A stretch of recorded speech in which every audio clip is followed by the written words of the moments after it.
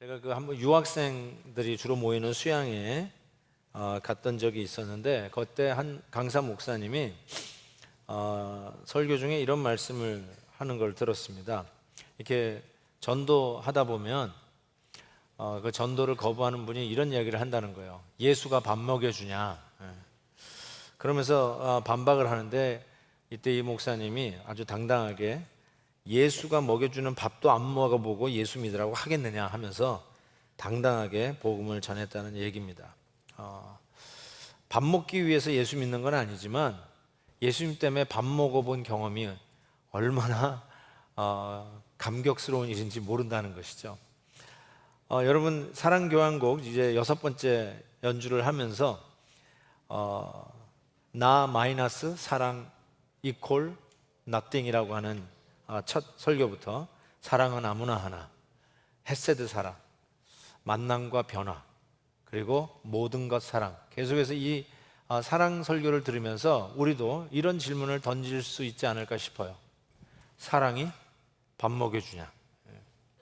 그럼 저도 그 패러디 해서 이렇게 이야기했으면 좋겠어요. 사랑이 먹여주는 밥 한 그릇 먹어보지 못하고 인생을 논할 수 있을 것인가? 사랑이 먹여주는 밥 한 숟가락이라도 좀 떠 드시지 않고서야 과연 우리가 살았다고 이야기할 수 있을까? 이런 생각을 해보게 됩니다. 우리가 예수 믿는 것이 그냥 천국 가는 티켓, 라이센스 하나 따거나 아니면 무슨 시험 쳐가지고 커트라인 넘어가지고 자격을 따는 것이 아니라 만남과 교제, 그 교제 속에서 오는 끈끈한 친밀함과 진짜 밥 한 그릇이라도 같이 나누어 먹는 그 수많은 인생살이, 거기서 오는 감격과 사랑을 이야기해 볼 수 있을 것입니다. 여러분이 아무리 가진 것이 많고 아무리 은사가 많고 아무리 능력이 많다 할지라도 사랑을 만나지 않고서는 아무것도 아니라고 얘기했습니다. 나름 성공했다고 말을 듣고 남들이 부러워하는 위치에 올라섰다 할지라도 사랑이 없으면 내 인생의 점수는 빵점이라고 하는 것이죠. 욥이 아마 성경에 나오는 인물 중에 가장 고난을 많이 받은 인물 중에 하나일 터인데, 욥이 참 수수께끼와 같은 그 고난의 시험을 받습니다. 근데 그는 왜 이 시험을 당하는지 모르고 이 시험 당함을 당하죠. 근데 우리는 성경에 적혀 있는 그가 왜 시험 당한 이유를, 그 배경을 압니다. 그게 욥기 1장 8절 11절에 있는데, 여호와께서 사탄에게 이르시되 네가 내 종 욥을 주의하여 보았느냐? 그와 같이 온전하고 정직하여 하나님을 경외하며 악에서 떠난 자는 세상에 없느니라. 하나님이 너무너무 자랑스러워 하셨죠. 이에 사탄이 여호와께 대답하여 이르되 욥이 어찌 까닭 없이 하나님을 경외하리이까? 주께서 그와 그의 집과 그의 모든 소유물을 울타리로 두르심이 때문이 아니니까. 주께서 그의 손으로 하는 바를 복되게 하사 그의 소유물이 땅에 넘치게 하셨음이니이다. 이제 주의 손을 펴서 그의 모든 소유물을 치소서. 그리하시면 틀림없이 주를 향하여 욕하지 않겠나이까. 욥을 향한 이 사탄의 공격의 그 근본 이유가 무엇이냐면, 욥이 하나님을 하나님으로 인식하지 않았을 거라는 거예요. 그가 하나님을 지금도 경외하고 하나님 말씀하는 대로 악에서 떠난 자가 이 세상에 욥만한 사람이 없다라고 칭찬하시는데, 하나님께서 갖다 주시는 선물 때문에 그런 겁니다. 하나님이 갖다 주시는 그 조건 때문에 그러는 것이지, 만약에 그런 것이 없다면 욥도 여지없이 하나님을 향해서 욕할 것입니다 라고 하는 것입니다. 오늘도 우리가 예배하는 자리에 이렇게 나와 있는 것이, 그래도 하나님이 우리에게 평안을 지켜주시고 우리에게 필요한 것들로 공급해 주시고 우리의 건강을 붙잡아 주셨으니까 그래도 나와서 하나님을 예배하는 것이지, 이 모든 것들을 하나님이 가져가신다면 우리 역시 하나님을 욕하지 않겠느냐라고 하는 것이죠. 하나님의 하나님 되심에 대한 인식이 아니라 하나님이 들고 다니는 선물에 관심이 있다는 것이죠. 사랑 없는 소유와 물질, 사랑 없는 능력, 사랑 없는 출세는 소리나는 구리와 울리는 꽹과리와 같고 마치 빈수레가 요란한 것 같은 인생임을 우리 신앙생활에도 그대로 적용할 수 있다는 것입니다. 하나님을 소유와 물질과 능력과 출세를 위한 도구로만 이용한다면 그것도 아무것도 아닌 빵점 신앙생활이라고 할 수 있을 것이에요. 이런 찬양이 있어요. 나 무엇과도 주님을 바꾸지 않으리, 다른 어떤 은혜 구하지 않으리, 오직 주님만이 내 삶의 도움이시니 주의 얼굴 보기 원합니다. 이 찬송이 처음 나왔을 때 제가 기억이 나요. 처음에 이게 잘 무슨 말인지 이해가 안 됐어요. 가사가 익숙하지 않으니까. 나 무엇과도 주님을 바꾸지 않으리, 다른 어떤 은혜 구하지 않으리. 이게 무슨 말이지? 다른 어떤 은혜 구하지 않으리. 이게 부르면서 계속 와서 망치로 가슴을 계속해서 두들기듯이 드디어 메시지가 오는 거예요. 내가 여태까지 구한다고 했는데 주님을 구하지 아니하고 주님 바깥에, 주님 외의 것을 구하고 살았다는 것이죠. We want to get God. 이게 맞는 말인데 We want to go to God to get things. 하나님 앞에 가서 그 다른 것들을 얻기 위해서 하나님 앞에 가는 것이지 하나님 그분 자체를 얻기 위해서 그분 앞에 가는 게 아니었다는 것이죠. 그러니까 늘 다른 은혜만 구하는 거예요. 주님은 여기 계신데 주님이 들고 있는 그 손에 있는 선물만 구하지 주님 자체를 구하지 않는다는 것이죠.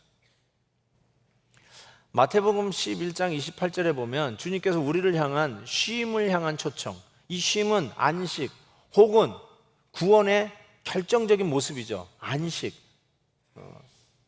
그러면서 이렇게 했어요. 수고하고 무거운 짐진 자 다 내게로 오라 라고 하고 초대하십니다. 쉼을 얻기를 원하느냐? 구원받기를 원하느냐? 그러면 1번 이렇게 해라, 2번 이렇게 하라, 3번 이렇게 하라. 주님은 우리들에게 그렇게 가르쳐 주지 않으셨어요. 쉼을 얻기를 원하냐? 내게로 와라. Come to me. Come to me, a person. 나에게 오라는 거예요. 인격적인 교제 속에 해답이 있는 것이지 무슨 수학 공식을, 어떤 원칙을 익히고 적용해가지고 문제 풀듯이 푸는 것이 쉼이 아니라는 것이죠. Come to me. 인격적인 만남과 교제를 요구하시는 이 주님의 초청을 보십시오. 이렇게 시작된 사랑이 오래 참고 온유하며 시기하지 아니하며 자랑하지 아니하며 무례히 행치 아니하면서 사랑의 정의가 열거되었는데 그 열거된 사랑의 정의들이 우리 이렇게 사십시다 라는 의미보다는, 당연히 그렇게 살아야 되겠지만 그런 의미보다는 이런 사랑 만납시다, 이런 사랑 먼저 만납시다 라고 하는 도전으로 우리에게 다가오는 것입니다. 그런데 이 사랑에 어쩌면 허점 혹은 맹점이 하나 있습니다. 이 만남으로 설명되어지는 사랑의 이 맹점은 맹목적 사랑입니다. 소위 눈먼 사랑입니다. 그런데 실은 눈먼 사랑이 사랑의 본질일 수 있다고 저는 생각해요. 왜냐하면 자식이 잘 되기를 원해서 자식을 사랑한 나머지 자기 몸이 깎이는 줄 모르고 자기가 희생되는 줄 모르고 계산하지 않는 눈먼 사랑을 부모님들이 자식들에게 하잖아요. 마치 가시고기처럼 자기의 살점을 띄워주면서까지라도, 자기는 죽어가면서라도 자식 살리기 위해서 거의 맹목적인 계산 없는 사랑을 부모님들이 자식들에게 하지 않습니까? 그런데 이것이 참 사랑의 사랑됨임에도 불구하고 우리 인간의 사랑에는 허점이 발견돼요. 그게 무엇이냐면 자식을 너무 사랑한 나머지 자식이 범죄를 저지르고 있는데도 묵과하는 사랑이에요. 거기에 눈이 멀어가지고 아이가 잘못하고 있는데도 그거를 눈 감아주는 이 맹목적 사랑. 여러분, 자식을 너무 자랑하면 자기에게 권력이 있고 재력이 있으면 우리 심심하게 신문에 나오는 것처럼 돈을 갖다 대서라도 로비를 해서라도 뇌물을 갖다 먹이서라도 자식을 부정 대학에 입학시키는 그런 기사 가끔 읽잖아요. 이게 바로 눈먼 사랑이죠. 인간 사랑의 그 희생적 사랑의 타락하는 허점을 우리가 보게 되는 것이죠. 그래서 오늘 말씀이 이게 굉장히 중요한 말씀이에요. 사랑은 불의를 기뻐하지 아니하고 진리와 함께 기뻐한다는 것입니다. 진리를 벗어난 사랑은 어쩌면 사랑이 아닌 것이죠. 그래서 C.S. 루이스는 그의 4가지 사랑이라고 하는 책에서 이렇게 얘기합니다. 하나님은 사랑이지만 사랑이 하나님 될 때는 악마적이 된다. C.S. 루이스는 천재예요. 암만 생각해 천재예요. 보세요. 하나님은 사랑이지만 사랑이 하나님 될 때는, 즉 자식 사랑이 우리의 우상이 되면 그때는 그 사랑이 그 지고지순한 사랑이 아니라 악마적인 것으로 변질되어 버린다는 것이죠. 그런 의미에서 로마서 12장에 나와 있는 말씀처럼 사랑에는 거짓이 없나니 악을 미워하고 선에 속하라. 그래서 오늘 말씀에, 우리 6절 말씀에 진리와 함께 기뻐한다는 의미가 아주 새롭게 와닿습니다. 사랑은 진리와 함께 기뻐한다는 것입니다. 영어로 rejoices with the truth 이렇게 설명이 되는데 저 헬라어로 수카레이 데테 알레세이아라고 하는 저 헬라어가 실은 제가 참 좋아하는 단어이기도 합니다. 왜냐하면 얼마나 좋아했으면 제가 우리 딸 이름을 카라라고 졌을까요? 저기 바로 이 기쁨이라고 하는 카라 그것이 동사형으로 쓰는 건데 그 앞에 합성어가 붙어가지고 함께 기뻐하고 이렇게 번역이 됐어요. 우리나라 말로.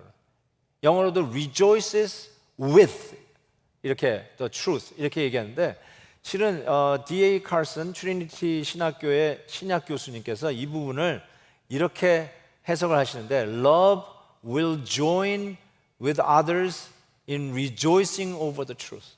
그러니까 빠진 뉘앙스를 해석해냈어요. 저 단어가 한 단어이지만 이 합성 한 단어에서 나타나는 그 뉘앙스가 어떤 거냐면 한국말로 바꾸면 사랑은 진리를 기뻐하는 무리들과 더불어 그 무리 속에 끼어들어서 기뻐하는 것이래요. 이게 지금 뭐가 빠진 뉘앙스인지 아시겠죠? 그냥 진리와 내가 함께 둘이서 기뻐하는 게 아니라 그 진리를 기뻐하는 무리 속에 들어가서 그 진리를 기뻐하는 사람들과 더불어 기뻐하는 것. 그게 바로 진리와 함께 기뻐하는 것이라고 이야기를 합니다. 그래서 이 진리와 함께 기뻐하고를 저는 2가지 의미로 여러분에게 설명해 드릴게요. 그래서 여러분 그 Q&A 시트에 좀 칸이 좀 작을지도 모르는데 2가지 쓴다고 생각하시면 되겠어요. 첫 번째는요, 아픈 것도 기쁘게 여기겠다는 의미입니다. 진리와 함께 기뻐하고는 아파도 기쁘게 여기다는 뜻. 왜 이 아프다는 말이 나오냐면 실은 진리는 들을 때 아파요. 진리가 우리 안에 올 때 아픕니다. 하나님의 말씀은 활력이 있어 좌우에 날선 어떤 검보다도 예리하여 혼과 영과 관절과 골수로 훅 찔러 쪼개기까지 하며, 단순히는 문학적 표현이 아니라 실질적으로 하나님의 진리의 말씀은 양날선 검과 같이 우리의 폐부를 찔러 우리의 병든 마음을 수술하고 우리의 썩어가는 부분을 도려내는 수술을 하십니다. 이 영적 수술을 해요. 그래서 여러분 하나님의 말씀을 들을 때 우리가 은혜 받았다고 하는 표현을 가만히 들어보면 그 말씀에 찔린 거예요. 그 말씀에 수술대 앞에서 수술을 받는 아픔을 받으시면서 하는 표현이 은혜를 받았다는 거 아닙니까? 진리는 아픈 거예요. 나의 이 병든 모습을 보여주는 말씀이기 때문에 진리의 말씀을 들을 때 아파요.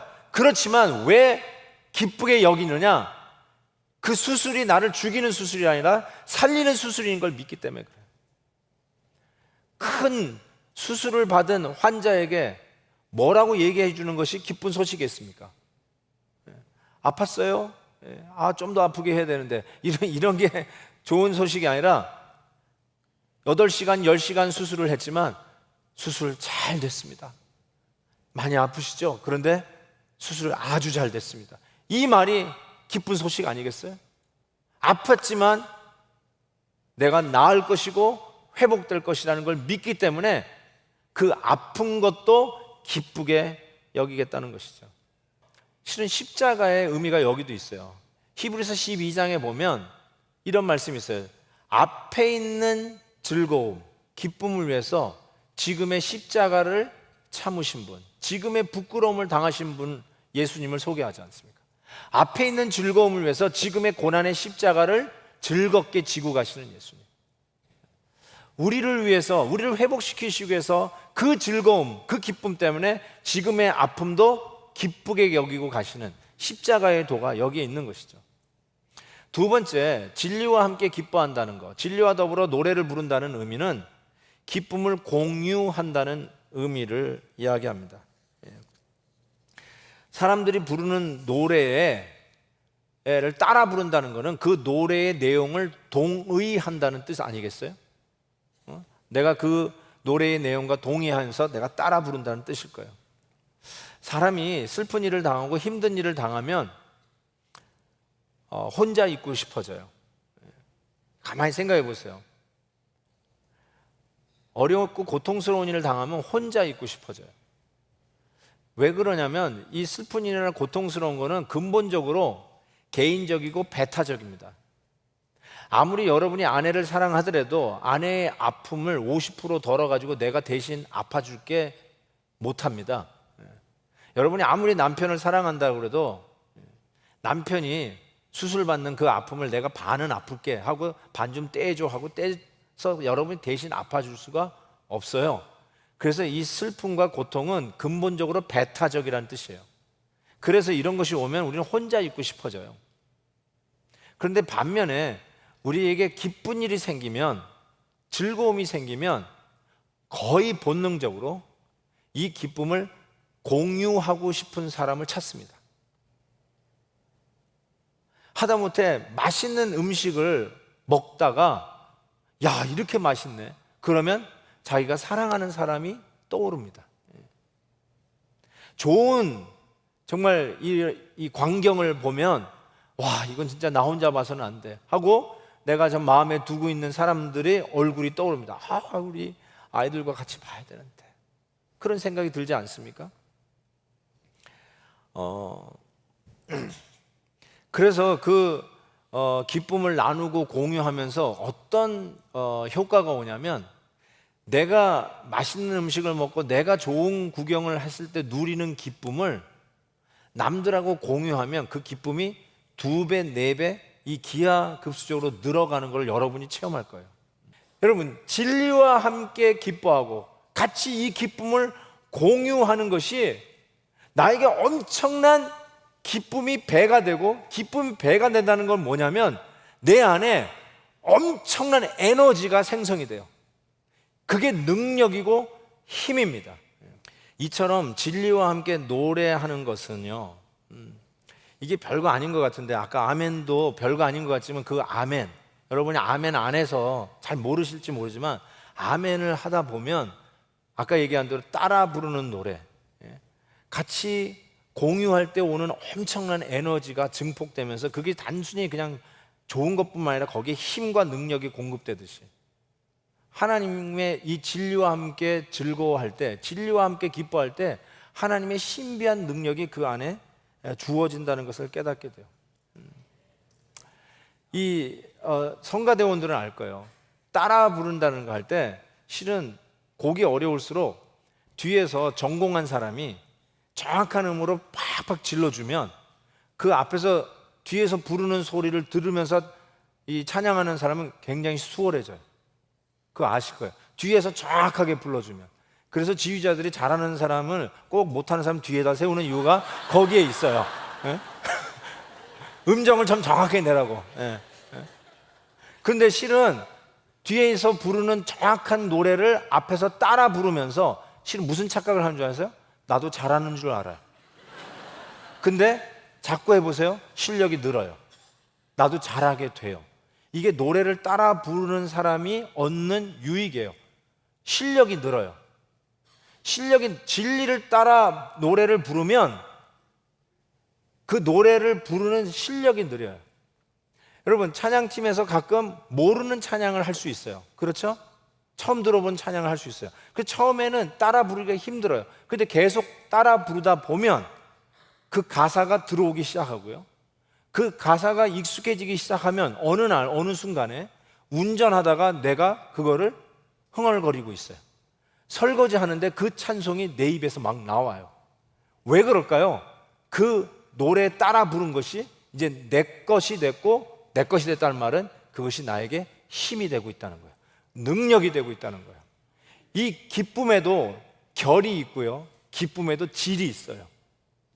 함께 공유하는 기쁨을 소유하게 된 자들은 이 기쁨의 힘을 얻어요. 이 기쁨의 힘을 얻는 자는 우리 앞에 있는 고난과 환난을 넉넉히 이길 수 있는 힘을 갖게 돼요. 내 앞에 있는 장애물을 뛰어넘는 힘을, 기쁨을 공유하는 자들, 진리를 따라 기뻐하는 자들은 이 힘을 얻게 돼요.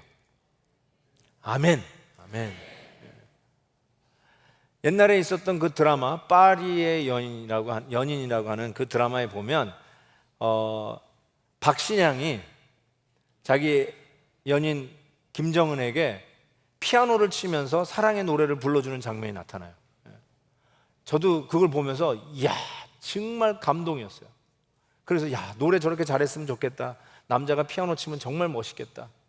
뭐 그렇게 해가지고 했는데 그 드라마가 정말로 히트를 쳤어요. 그래가지고 굉장히 많은 반향을 일으켰는데 그 이후로 남자들이 이 노래 학원에 얼마나 많이 등록했는지 모른다고 그래요.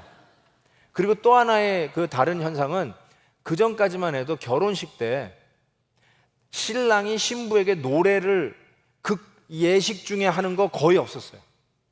그런데 그 드라마 이후에 신랑이 신부에게 그 예식 중에 노래를 부르는 것들이 많아졌고 유행되었다는 것을 제가 들었습니다. 그때 한번 생각해 보세요. 사랑하는 남자가 자기 여인에게 노래를 불러줘요. 그 노래를 듣는 여인의 입장에서 감격하지 않을 여인이 어디 있어요? 속으로 따라 부르는 거죠. 고맙다고, 내가 그런 사람이냐고, 그러면서 감격하잖아요. 근데 여러분은 그 사랑의 노래를 우리 주님 앞에 매일 듣고 있다는 사실을 아십니까? 그 정도의 노래가 아니라 그 정도의 그 수준이 아니라 그 이상의 수준으로 예수 그리스도 진리 되신 그 주님께서 우리를 향해서 사랑의 노래를 불러주고 계신다는 걸 아십니까? 그 진리의, 복음의 진리의 노래가 우리에게 들려질 때 그것을 우리가 따라 하다 보면, 그 노래를 따라 부르다 보면 진리 공유의 능력이 우리에게 임하고 그 놀라운 사랑의 능력으로 우리 앞에 있는 장애물과 어려움과 고통과 시련도 넉넉히 이길 수 있는 힘이 진리와 함께 노래를 따라 부르며 생긴다는 사실을 기억하셔야 합니다. 저는 그런 의미에서 하나님의 말씀이 선포될 때 아멘 하고, 하나님의 말씀이 읽어질 때 아멘 하면서 공유할 때 주시는 진리의 능력을 공급받습니다. 제가 어려울 때, 힘들 때 묵상하는 말씀을 여러분과 소개하면서 메시지를 마칩니다. 힘들고 어려울 때 하나님이 내 옆에 계시나, 어디 왜 이렇게 멀리 계시나 라고 느낄 때마다 묵상하는 말씀. 여인이 어찌 그 젖먹는 자식을 잊겠으며 자기 태에서 난 아들을 긍휼히 여기지 않겠느냐. 그들은 혹시 있을지라도 나는 너를 잊지 아니할 것이라. 내가 너를 내 손바닥에 새겼고 너의 성벽이 항상 내 앞에 있다. 저는 이 이름을 손바닥에 새겨봤어요. 손바닥에 볼펜으로 이름 새겨본 적이 있다니까요. 그때 무슨 마음으로 내가 그 손바닥에 이름을 새겼는지 알거든요. 근데 하나님은 그 이상의 마음으로 저와 여러분의 이름을 당신의 손바닥에 새기는데 그냥 볼펜으로 새긴 정도가 아니라 타투를 하듯이, 문신을 새기듯이 당신의 손바닥에 우리의 이름을 적으셨대요. 하나님 나를 이렇게 사랑하시는구나. 이 말씀을 읽을 때마다 아멘, 아멘으로 노래하면 다시 회복이 되는 거예요. 주님 나와 함께 하신대. 아무것도 염려하지 말고 오직 모든 일에 기도와 간구로 너희 구할 것을 감사함으로 하나님께 아뢰라. 그리하면 모든 지각에 뛰어난 하나님의 평강이 그리스도 예수 안에서 너희 마음과 생각을 지키시라.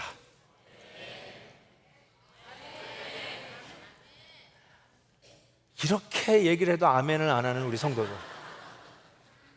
어떡하겠어요? 목사 닮아서 그런 거. 저도 좀 해볼게요. 그러니까 여러분도 좀 해봅시다. 진리를 따라 노래 불러야 되는구나. 진리에 반응하면서 공감, 공유하기 위한 아멘을 해야 되는 거구나. 안 해본 사람 모른다니까. 아멘 하면 능력이 생깁니다. 사람이 감당할 시험 밖에는 너희에게 당한 것이 없나니 오직 하나님은 미쁘사 너희가 감당하지 못할 시험 당함을 허락지 아니하시고 시험 당할 즈음에 또한 피할 길을 내서 너희로 능히 감당하게 하시느니라. 막 생기는 거야 그냥 힘이. 우리가 알거니와 하나님을 사랑하는 자 곧 그 뜻대로 부르심을 입은 자들에게는 모든 것이 합력하여 선을 이루느니라. 하나님이 미리 하신 자들을 또한 그 아들의 형상을 본받게 하기 위하여 미리 정하셨으니 이는 그로 많은 형제 중에 맏아들이 되게 하려 하십니다. 31절. 그럼 같이 읽어볼까요? 그런즉 이 일에 대하여 우리가 무슨 말을 하리요? 만일 하나님이 우리를 원하시면 누가 우리를 대적하리요? 아멘. 아멘. 아멘. 하나님이 우리를 위하시면 누가 우리를 대적하리요? 아멘. 아멘. 혼자 섰다 할지라도 하나님과 더불어 다시 우뚝 서는 힘을 얻게 되는 것이죠. 사랑하는 성도 여러분, 여러분은 이 사랑을 한 몸에 받고 있는 주인공들이라는 걸 믿으십시오. 우리 주 예수 그리스도께 여러분에게 오늘도 불러주시는 그 사랑의 노래를 따라 부르십시오.